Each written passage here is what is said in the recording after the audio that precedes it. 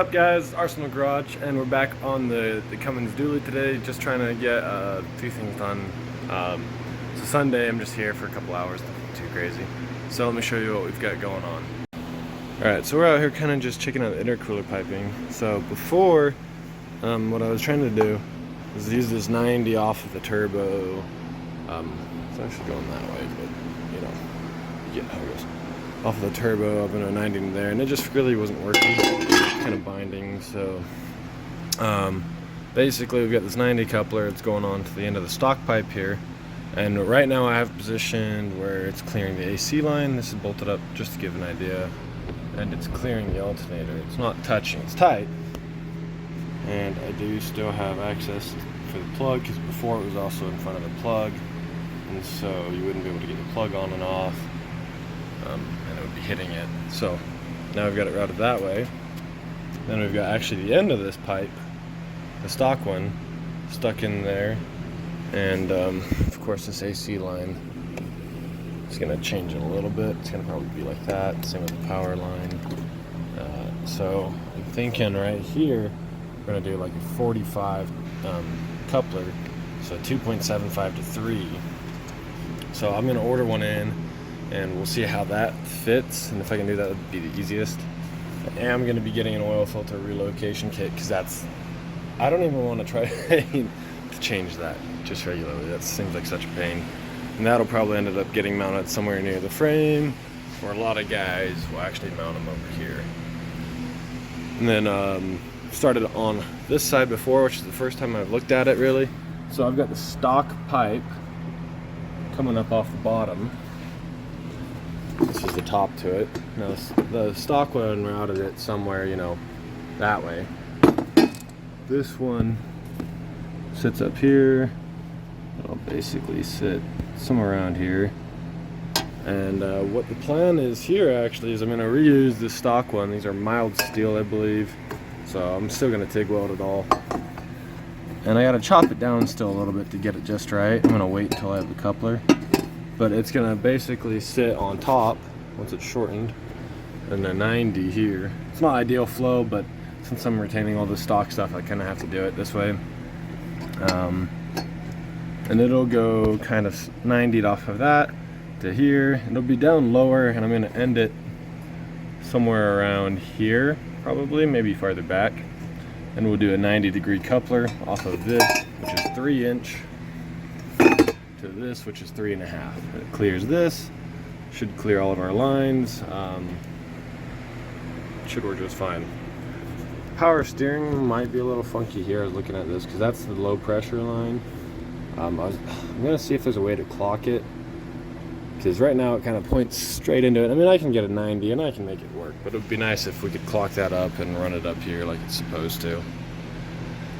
So that's kind of what we're looking at today. Just kind of mapping things out. Okay, so first off, we're looking at fuel lines.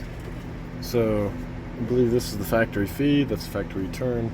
And the great part is on these 6.7 Cummins, they run about the same fuel pressure as the 6.4. So a lot of guys will just run the stock fuel pressure, which means I don't have to mess with the fuel pump, I don't have to mess with many fuel lines really, just what's here. To feed is on the left, return is on the right. And what I'm actually probably going to do for right now, just to test things out, is take off these quick disconnects and clamp on high pressure diesel hose right along the frame, stock orientation, and clamp it to there. I may end up getting some quick release adapters, then I can do a braided line in between them, but for right now, just to test things, probably going to do that.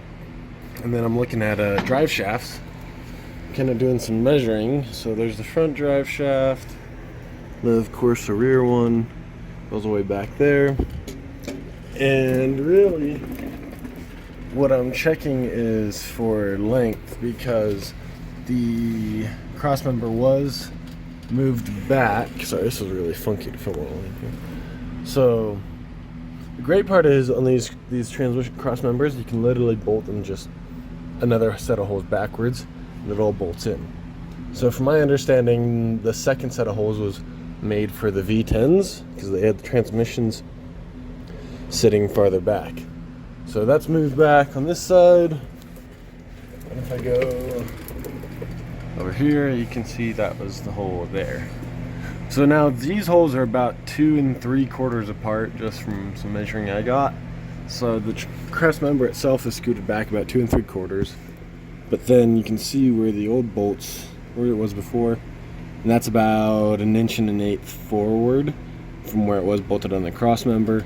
So in order to get how much we scooted the transmission back, we kind of just subtract those. But you subtract 1 1/8 from 2 3/4, excuse me, and that gives us our length difference, roughly. I'll double check it, but that's going to be the distance of drive shafts modifications. I am going to have them modified. I know some people say they've been able to run stock ones, but I'm just going to go ahead and get them done. So the front one will be lengthened, and the rear one does have a carrier bearing, and so the front section of it will be shortened, and the rear section will be factory, and I will be getting them rebalanced, and if they need new U-joints, I'll have those done at the same time.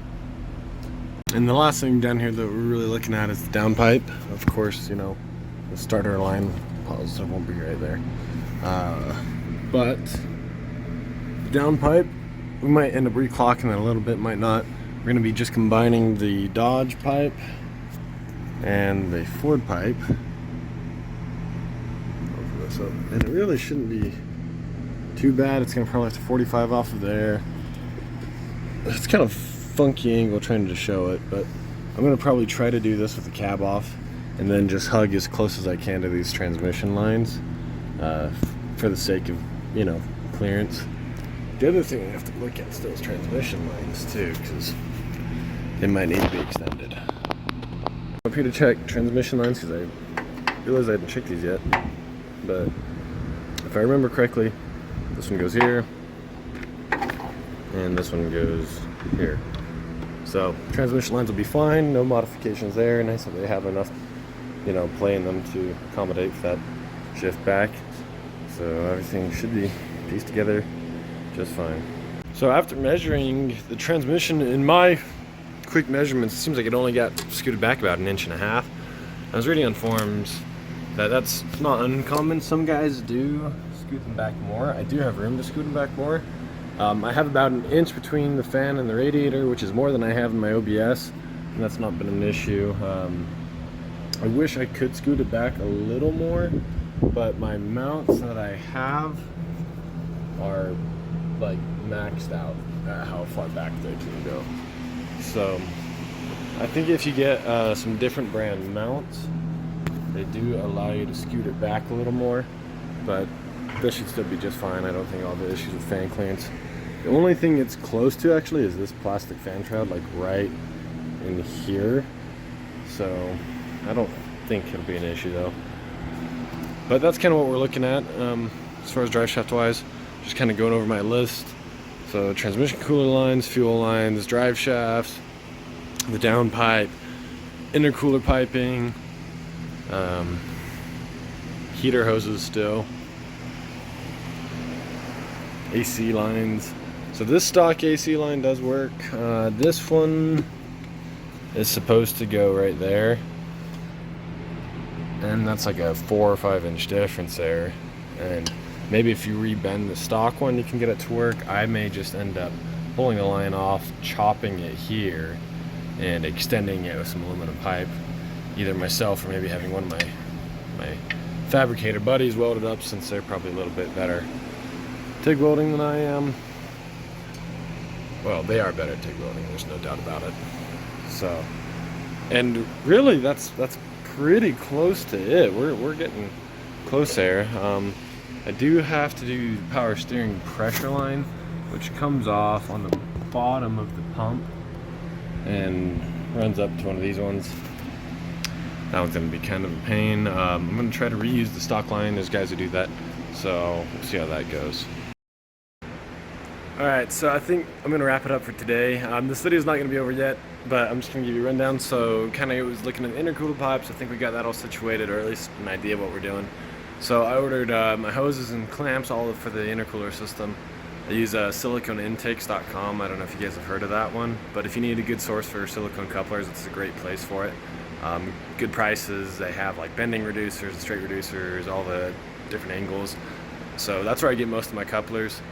And then I did also just order a pack brake kit for the oil filter relocation. I believe is HP 116, it's something like that. So that's going to be a full relocation kit for the filter, and it is probably just going to get mounted somewhere over there, or maybe on the frame rail. We'll just kind of see when it gets here.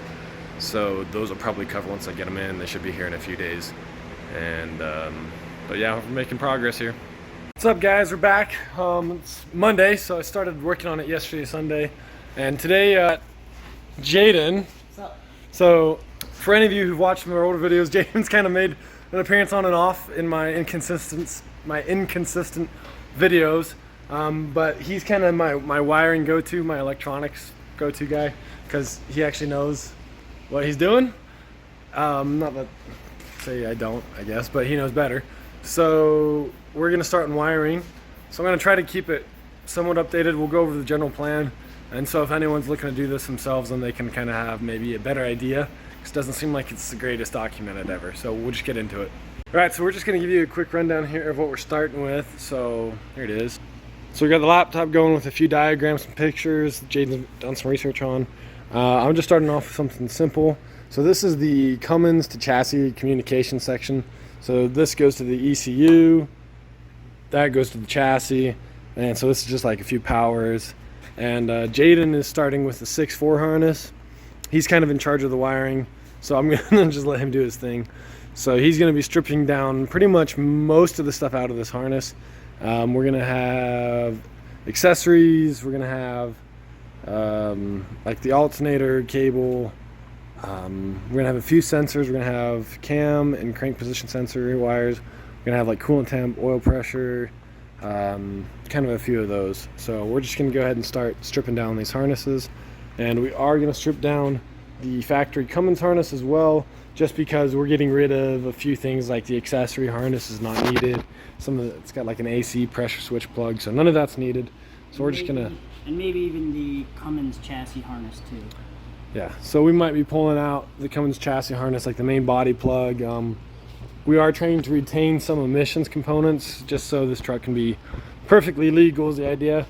And so we've got like the emissions harness here, which mounts also into the body plug, and so we might be pulling the body harness out of a parts truck and kind of mixing and matching as needed. But I don't want to use the tip-em, and so that's kind of one of the big things. Some guys use the tip-ems and some guys don't. A lot of guys say you don't need them, but they also don't retain emissions components. So we're just going to kind of work through it as we go and see what happens. Okay, we're going to do an update for the wiring. So we've got the Cummins harness stripped down, and right now we're digging into the 6.4 harness, and so we've essentially just been labeling everything, checking it back to the connector. We've also got like our CAN bus wires. These just get tied together. We've got our main power wire. This is what we're going to use to power the Cummins ECU, and that's pretty much all that we need out of it. There's a really good video on this that I'll probably just link in the description for those of you interested. And so we're gonna just start pulling out the pins that we don't need and basically yanking them out. So we're gonna strip down this harness now. The reason we're keeping all of these labeled wires is just for convenience. All of these is gonna make gauges work, it's gonna make AC buttons work, and eventually cruise control, exhaust brakes. So this is all convenience stuff. You can run an engine without it, but we want a nice interior. So this is why we're pulling out all of these things out of the Ford harness. So like we've talked about before, just kind of going for stock functionality here. So we're going to tie it all in and get everything working. So we'll update you as we strip this thing down. All right, so here's the 6.4 harness all stripped down. We still got to clean up a few things. Like there's a lot of wire junctions that we're just going to have to terminate the ends on that used to go to common powers and common grounds. But this is kind of what we're left with. So we got our two ECU connections up there. One of them, this is our alternator plug. Alternator plug, alternator cable, and then we've got our two CAN bus wires we're going to tie together. We've got our ECU power like we talked about, and then it comes down here. We've got our MAF sensor, which is just gonna, we're gonna be adding into the intake pipe for the Cummins. And that's also to run the 5R110 automatic transmission needs the MAF. That's the Yeah, only reason why it's load sensing for math. So if you have a manual, I believe this isn't required. I won't say 100%. I think we also need the IAT for that too. Yeah. We could show the list of stuff required for the 510. Like I said, we'll tag our video that we had, and so that's got. So here's some of the wires that you need for the 5R110 auto trans. Engine oil temp, MAF stuff, intake air temp, and then the other ones are more MAF stuff. So it's just MAF and intake temp and oil temp. Yeah. So the great part, like Jaden's pointing out, is we've got most of our sensors already attached here. There's only a few things we don't have attached, which is it makes it really easy. So MAF, this is the AC pressure switch. It's just right up there, kind of by the ECU area. We've got our oil pressure sensor, our oil temp sensor, and so I'll probably add a junction for these and go right off of the oil filter housing. Figure that out when we get there, but that shouldn't be too hard. This is our coolant temperature sensor, and so there's a lot of ports on the block that we can tap this into. We're just going to probably have to get a little adapter. We've got so this is our crank sensor, and this is our cam sensor. So I believe that we're going to be cutting both of these off actually to wire them into our TAC adapter box. For right now, we're going to leave them until we have that to be sure. We have our AC compressor switch because it is the Ford AC compressor, and that's really it. I mean, that's pretty much all it is. Did you get these two? Yeah. So IAT. Oh wait, no, I did miss this. I think map sensor and IAT, and both of these we're going to probably just drill and tap onto the air horn, intake horn, because that's probably just going to be the simplest way to do it. But that's basically all of the 6.4 harness pretty much done. So it's really actually pretty easy so far. It's a lot to look at. So when you first start, you have a whole bunch of junk, and it's kind of a little stressful, at least it is for me. I don't like wiring. So we'll throw in a before picture right here, and then here's the after. I mean, we'll bundle it up. We'll probably get a little bit of picture for you, but that's the idea of it. So really strips it down pretty good, and then we do still have to strip down the Cummins harness to just get rid of stuff we don't need. All right, so we're gonna wrap up for tonight. Basically where we're at is we're about to start stripping the Cummins harness, but I found that we need a special Deutsch harness connector or removal tool, kind of like that. It's almost like a fuel quick release, it seems like, type of deal. You basically wrap it around the wire and you push it in, and it releases the locking tab, or whatever you want to call it, so you can remove the wire. Okay, so I think that's going to wrap it up for this video. So basically we just did a general overview of a few things, on the underside, drive shaft, fuel lines, etc. We kind of went over the 6.4 harness. We'll go probably into more depth a little bit as we refine it. When we start laying everything over and figuring out sensor locations, all the fine details, we'll include that just for anyone who may be interested in doing this themselves. So I'm going to order in the Deutsch connector tool and the whatever else we might need. For the Cummins side, we'll probably just order in a general Deutsch connector as well to connect to the chassis side of things. Connecting to the chassis, we've got like the throttle pedal, got OBD2, we'll have exhaust brake, cruise control stuff, just kind of a assortment. But I think that'll wrap it up. So good thing we've got this guy, because otherwise I would struggle. All right, so we'll wrap it up for tonight. I don't know how to end these still, so peace out.